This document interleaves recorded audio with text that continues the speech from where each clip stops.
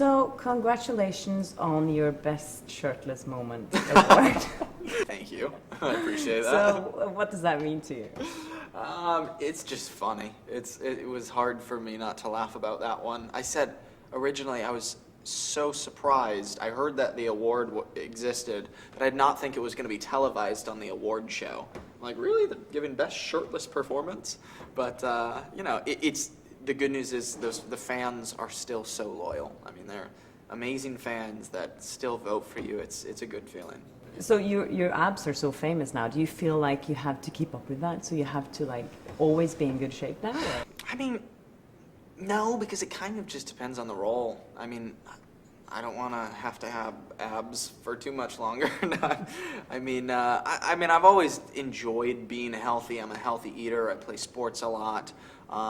But yeah, I look forward to playing roles that don't require abs or anything like that. Did it change you a bit after you did all the exercise for Mumin? Did it change your confidence a bit when you? Maybe a little bit, but I don't think it changed too much of who I was. I mean, I found myself as soon as I put on all the weight, I would like walk around corners and like run into walls because I didn't realize my shoulder stuck out that far.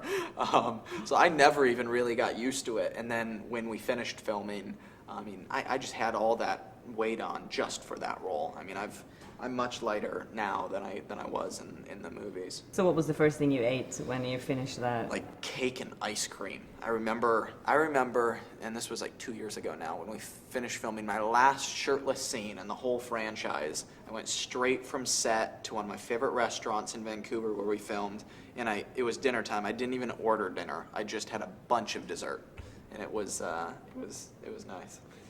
So you're getting a lot of attention from girls as well. How are you dealing with that? Are you getting used to that now, or?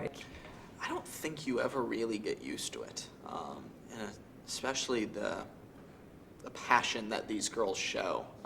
You never really get used to showing up to certain locations and having hundreds of girls screaming. I mean, it's just not normal. I mean, it's great and all. I'm not complaining, yeah. But it's I don't think you get used to it really.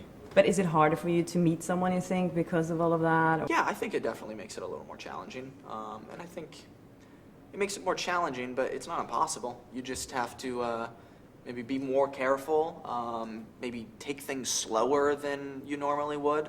But it's absolutely possible. Is it easier to be with someone else that's famous, you think? Or is it better to find someone outside of Hollywood? In a way, I think there's pros and cons to both. That's what I've come down to. I mean, there's positives to dating somebody that, you know, experiences similar things that you do, but there's also something, you know, awesome about somebody who has nothing to do with this. So I'm completely open to both. So do you still have a crush on Jessica Alba? Oh yeah. Okay. I mean, I got a lot of crushes, but yeah, she's up there. So what else do you look for in a girl or a woman? Somebody that can just be themselves and have fun. I mean, I like to have fun. I like to laugh. So somebody I don't have to be too serious around. Somebody I can be a dork with, because let's face it, I am a dork. So it's fun to be with somebody like that. Do your parents still embarrass you, or do you embarrass your parents? I don't think I embarrass my parents too often.